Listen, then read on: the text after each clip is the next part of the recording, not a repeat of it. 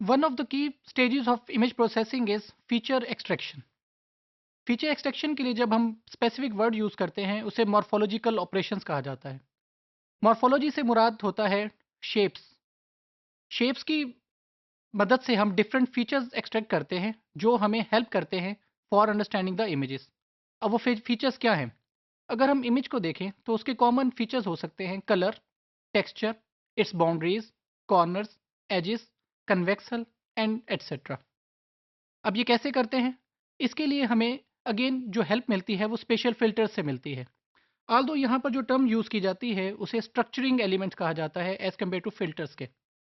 अब structuring element हम क्या करेंगे, हम एक स्ट्रक्चरिंग एलिमेंट लेंगे, उसे अपने इमेज पे अप्लाई करेंगे और फिर उसका एंड रिज़ल्ट देखेंगे कि क्या एंड रिज़ल्ट आता है।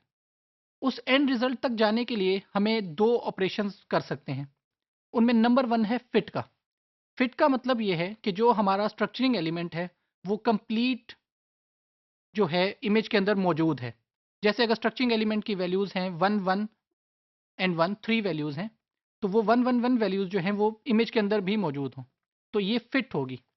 इसके मुकाबले में सेकंड ऑप्शन हिट की है, जब एग्जैक्ट मैचिंग अवेलेबल ना हो, लेकिन कुछ पार्ट मैच हो।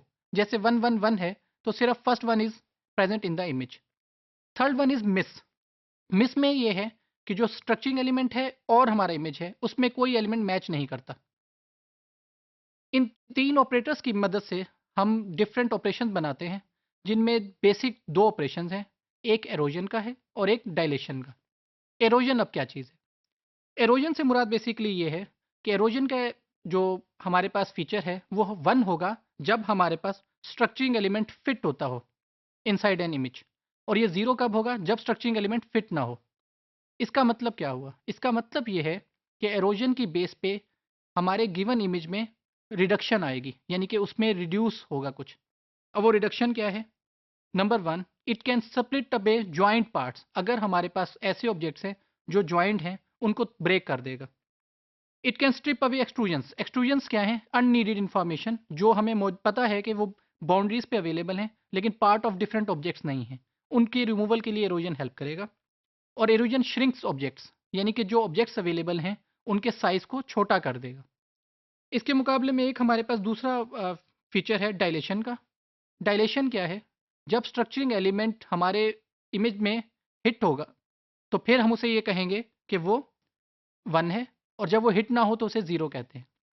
डेफिनेशन से क्या पता लगता है कि अब हमारे पास जो ऑब्जेक्ट्स हैं उनका साइज बढ़ेगा, यानी कि हमारे इमेज के अंदर जो ऑब्जेक्ट्स मौजूद हैं वो इंक्रीज करेंगे।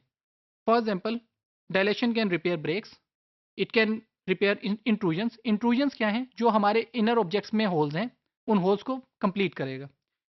Similarly it can enlarge objects, जो ऑब्जेक्ट्स हैं उनका साइज इंक्रीज कर देगा। इन 2 बेसिक ऑपरेशंस की बेस पे हम कंपोजिट ऑपरेशंस बनाते हैं, जिनमें पहला ओपनिंग का है। ओपनिंग में हम क्या करते हैं कि पहले हम एरोड करते हैं और उसके बाद डायलेट करते हैं। इसका फ़ायदा क्या हुआ? फ़ायदा इसका ये है कि क्योंकि हमारे पास एरोजन हो या डायलेशन, हमारे पास जो साइज़ था गिवन इमेज का वो चेंज हो रहा था, और उसके इंडिविजुअल ऑब्जेक्ट्स का। हम ये चाहते हैं कि हम इन्फॉर्मेशन तो कैप्चर करें, लेकिन हमारा साइज़ ब्रेक ना हो। तो उसके लिए हमें दोनों ऑपरेटर्स परफॉर्म करने पड़ेंगे। इसी तरह हमारे पास क्लोजिंग है, जिसमें पहले डायलेशन करते हैं और फिर एरोजन करते हैं। अब इन 2 ऑपरेटर्स की बेस पे हम डिफरेंट एप्लीकेशंस कर सकते हैं, जिनमें नंबर 1 बाउंड्री एक्सट्रैक्शन है। बाउंड्री से मुराद ये है कि जो individual objects inside a image हैं, उनकी आउटर बाउंड्री क्या है। इसके लिए जो हमने फार्मूला यहाँ पे लिखा हुआ है बेसिकली, दैट इज़ हम स्ट्रक्चरिंग एलिमेंट लेते हैं जो बी है हमारे पास।